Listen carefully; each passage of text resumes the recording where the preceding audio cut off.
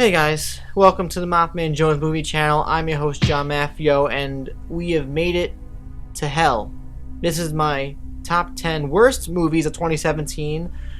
Of recent years, I've been trying to avoid bad movies, but of course that can't completely be true because it does happen every year that I do see bad movies. And just saying this now for any movies that you may think, how come you didn't mention that movie? It's probably because I didn't see that movie.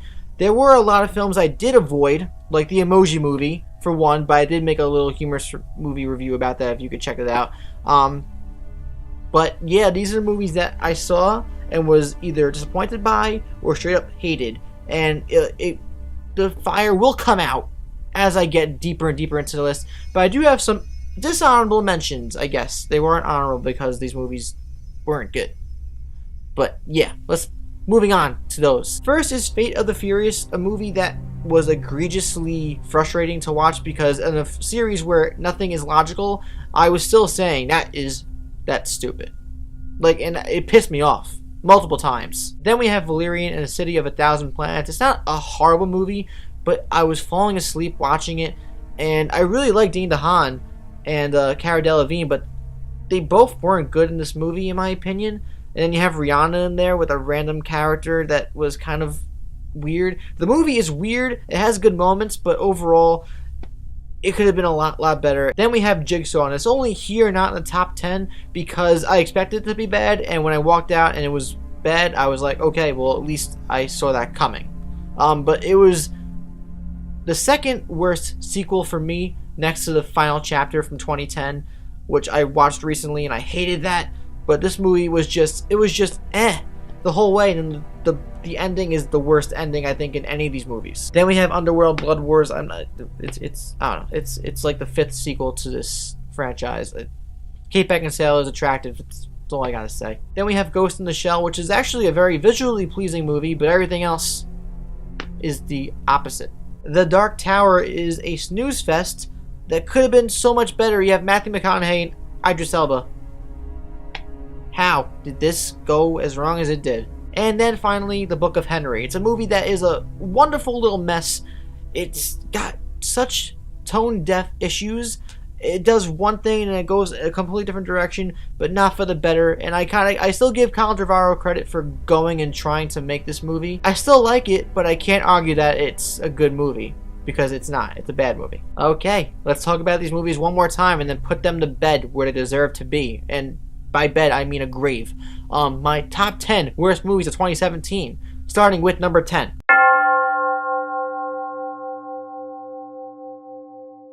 Number 10 is The Mummy. You should have left it where it was, Universal.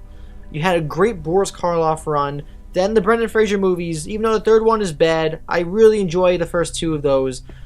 Tom Cruise is in this one. There's a cool plane sequence, but there's so much exposition thrown in your face because they're trying to make this universe, which failed on its face. The Dark Universe face planted on concrete and died immediately. So much for that. But it gets so much in the way of the movie, it makes it super distracting. The whole movie is just a giant fucking mess.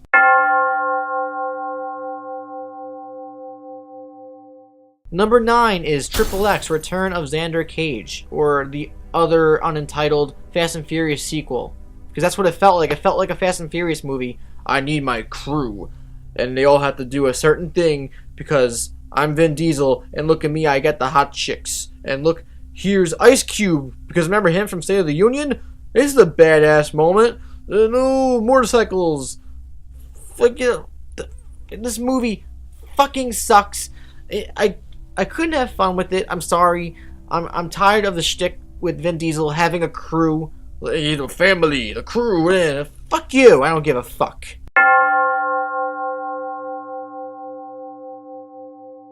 Number 8 is The Circle. This movie stars Tom Hanks, Emma Watson, and John Boyega.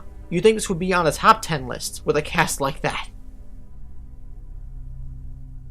The plot on surface level is interesting enough, but the execution of the actual story just falls completely flat, and it's a boring movie. And I tried to like it, I just couldn't. And even thinking about it afterwards made me frustrated. And I wished better for especially Emma Watson, and John Boyega, and Karen Gillan, who's in this movie too, and the kid from Boyhood. This movie is a great cast. What the fuck happened? The Circle is the ultimate shoulder shrug of a movie. I don't know. That's all I have to say about that.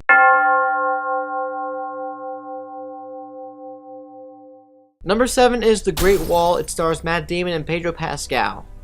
It's a movie about a war between lizards and man, and what's separating them is the Great Wall of China. I have no words. I have no more words. I'm just kind of moving around.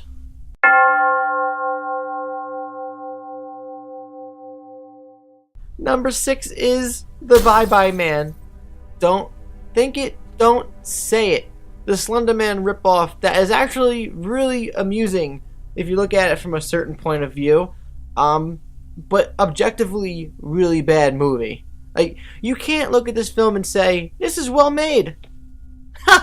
Silly fool if you think that. Silly fucking fool. This film has horrible acting, horrible payoffs in terms of characters getting killed. There's things that just out of context, and even in context, are just ridiculous. There's a train, there's a giant dog that doesn't have hair.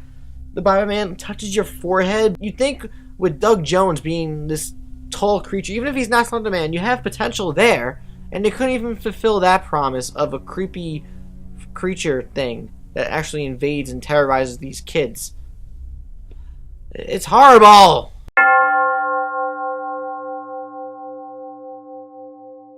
Number 5 is Resident Evil, the final chapter, and it better be the final chapter because these movies have been suffering for me since I started reviewing them, and they only get worse and worse and worse. It doesn't even feel like a final chapter. The twist of the movie with Alice's character sucks ass, and it just kind of destroys everything that you like about the other movies that you may have liked in this franchise.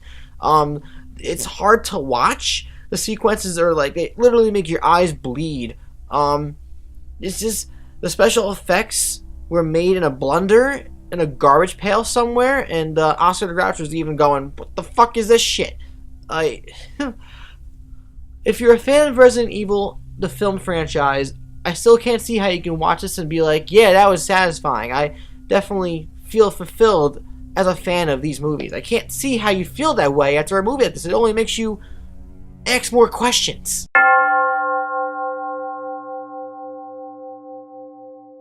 Number 4 is 50 Shades Darker, and we have another one, the last one, coming on the way in a month. Whoop-de-fucking-do!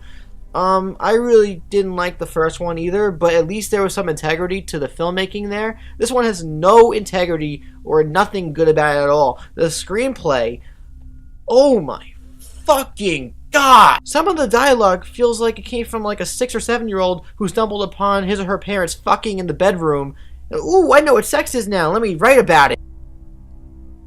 I kind of want to make a joke right now that involves movie theaters being like a desert, but I think that's even too raunchy for my channel. But this movie is not sexy at all. It's really corny. It's like a soap opera. It tries really hard to be edgy. There are some scenes that feel like straight out of a freaking blockbuster action movie, and it has no relevance to anything. And then things just happen out of nowhere. Why are these films... I give up.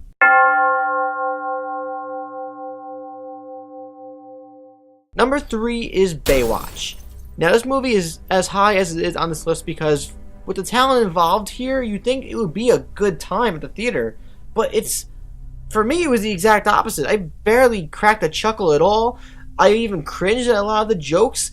This film felt like torture for me for a majority of it.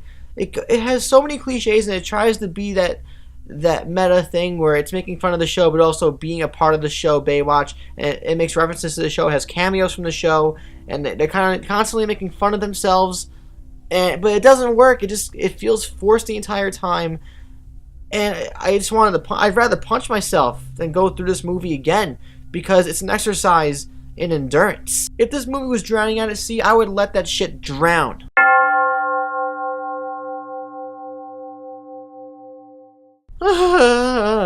Number 2 is The Snowman. What is there to say about the Snowman? Well, first of all, I was really looking forward to watching this movie because it has a great cast. First of all, the film feels incomplete, and it isn't because apparently the director said that 15% of the script wasn't filmed. Val Kilmer is in this film, and I still don't know. I still don't fucking know what was going on with his character in this movie. He's just kind of there, and then just the rest of the movie is an experience that I can't forget in the sense that I was really, really trying to piece the puzzle together, or at least get a portion of the puzzle solved. But to this day, it's only been a couple months, and I don't remember anything much anymore from this movie. But I remember walking out of this theater after seeing the movie and being so madly confused and frustrated. This is like one of the biggest failures I've seen from Hollywood. Like real failures, just let it die. And my number one worst film of 2017 is, could you have guessed it? You probably could have. Transformers: The Last Knight. Why are we still making these Transformers movies, and why is Michael Bay still directing them? This is the laziest, most complacent filmmaking from him for this franchise I've seen. The aspect ratio changes constantly, but not even like in context of the movie. It just does because they just forgot how to shoot, and they didn't plan which cameras to shoot with. They just kind of went with whatever they had at the time, I guess. The special effects are incredible. They always are, but doesn't make a movie good. You could throw a bunch of fucking candy in my face, but if it tastes like shit, it doesn't mean anything. Like, the characters in this movie just come and go. They sexualize a 13-year-old girl, whatever the hell she was a young kid, and she felt sexualized. I wanted to, like, crawl out of the theater because I felt so uncomfortable. It was disgusting. I still gotta wipe the dirt off me from that fucking movie for that. The movie is 2.5 hours too long. It's the shortest movie, but it still feels like a lifetime. The story sucks. The ending has like that typical Optimus Prime monologue, but who gives a shit? And this movie sets up literally the biggest villain in Transformers lore, and I couldn't give less of a fuck at this point. Maybe Bumblebee with Haley Steinfeld this year will be decent, but we need to get Michael Bay off and out of the picture. Let him do his own thing. 13 Hours was great. Pain and Gain was a fun time. Get him away from Transformers. Let's not have any of these particular Transformers movies anymore. Let it fucking die. Burn it in hell. Let it rot there forever and ever. We don't need any more.